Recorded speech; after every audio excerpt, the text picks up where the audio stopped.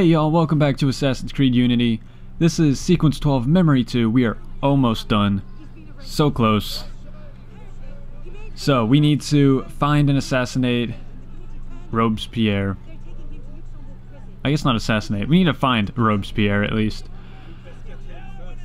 So this first part's pretty simple, just following Elise.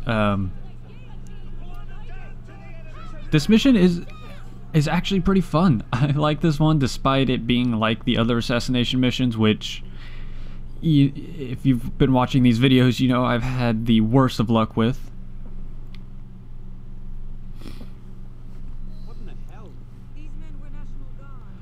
Alright, so you'll stumble upon this group of dead guards here, and you need to use your eagle vision to find the survivor, and then we're going to need to follow a trail of blood and tears and whatnot. So we talk to the guy, and then just follow the bodies. They'll lead you, basically, they'll just lead you right to Robespierre, funny enough.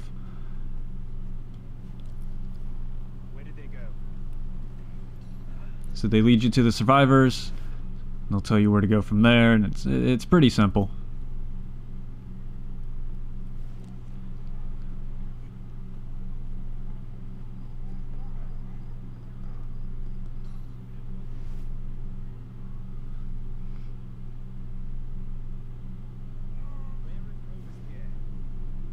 Alright, this is the only guy who will be completely inaccurate. He'll point behind you, but the green circle should appear on your radar at this point, so just head down the street. Use your eagle vision to find him, and you'll kick in your bonus objective, which is don't get into conflict. Now, this game does something great that I am so thankful for. On a tail mission like this, you don't need to actually chase Robespierre. If you lose him, that's fine. You can see I just lost him, he got too far away. The game will mark his last known location, and you have to try and find him again. But we're going to use a little tomfoolery trickery here, and you'll see the giant green circle there. We don't need to actually find Robespierre again. We can just follow the green circle. You'll notice it'll keep moving, and it'll, anytime we start to get close to where Robespierre is, even if we haven't found him, the green circle will move as if we have found him. As if we found him and then lost him again. So, you see, I'm still trying to find him, but it's pointless, and I realize here real quick it's pretty pointless. So just kind of head towards the center of the green circle, and when you start to get close, it'll shift position. I think that's supposed to be him there. He's marked as blue for some reason. I said that as if I said that and then pointed at the screen as if you could see me pointing at the screen. He was off in the corner of the screen. So anyway, just stick to the rooftops. There aren't any guards to worry about up here, and you'll skip all of the potential fights. Makes it a lot easier to get your bonus objective.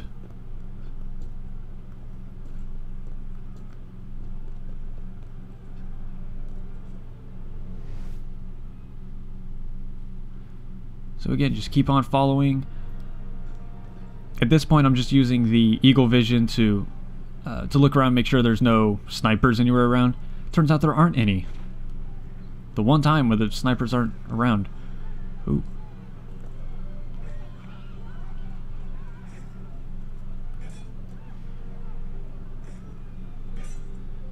Just keep on. We're almost there. It's that big palace-looking thing off in the distance. There is our target. So climb up on here, and it'll trigger a cutscene. Alright, and we'll get our second bit. So, we still have the one objective, don't get into conflict. That's still important. And now it's also added, we need to pick one door.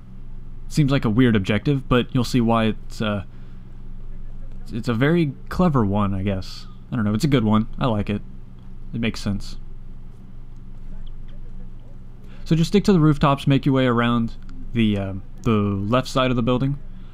Actually had to hold up my hands and recognize which way was left.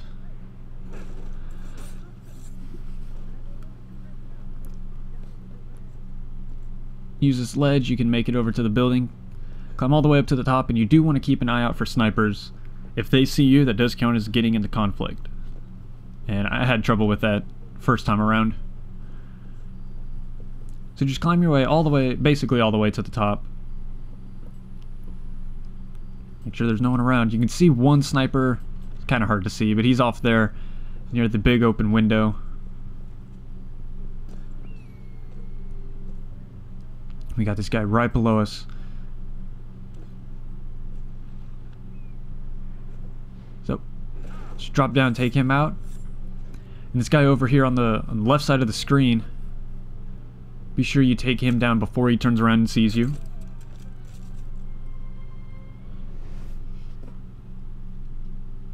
And then there's one more guard inside this window here. But he's inside, so you're safe to just drop down.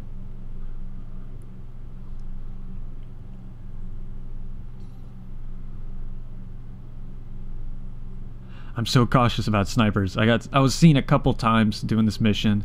I had to reload the checkpoint, so I was kind of cautious about the snipers.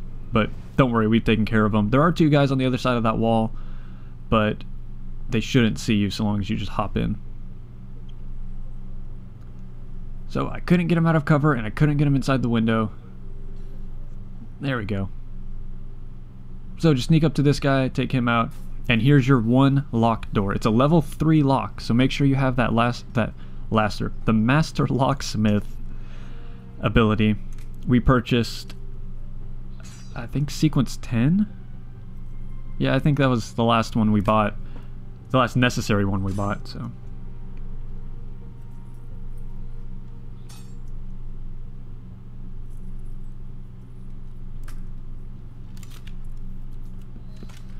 Alright, and there you go. The door is picked. And we still got a few more guards to deal with, but it's not as bad as it looks. Looks like, oh, there's a whole bunch of people. Now, there's only 3 we need to worry about. Well, maybe 4. It's only a couple. We're fine. Oh no, it is 3. That one guy was outside. Yeah, so there's a 4th guy there on the left, on the right side of the screen. He's outside on the balcony, so we don't have to worry about him. Just wait for the one brute. Gotta wait for everyone to get into position. So that brute will go over to the window, wait for him to do that.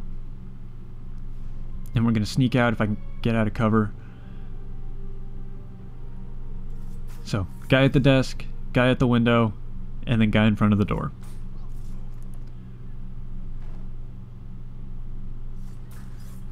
And then that's it. Open the door and you'll trigger a cutscene. And that is the fall of Robespierre.